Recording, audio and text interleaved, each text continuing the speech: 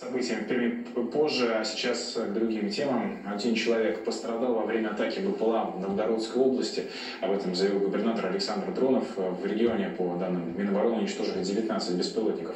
Всего за ночь силы ПВО сбили 287 дронов ВСУ в 12 регионах России. Больше всего 118 БПЛА в Брянской области. Там повреждены 4 многоквартирных дома и 5 автомобилей.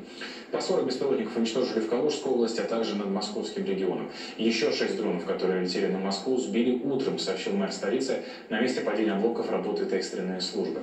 В Воронежской области, по данным губернатора Александра Гусева, повреждены несколько многоквартирных домов. В одном обрушилась лестничная клетка и поврежден лифт. Из здания эвакуировали 80 человек. Для них открыли пункт временного размещения.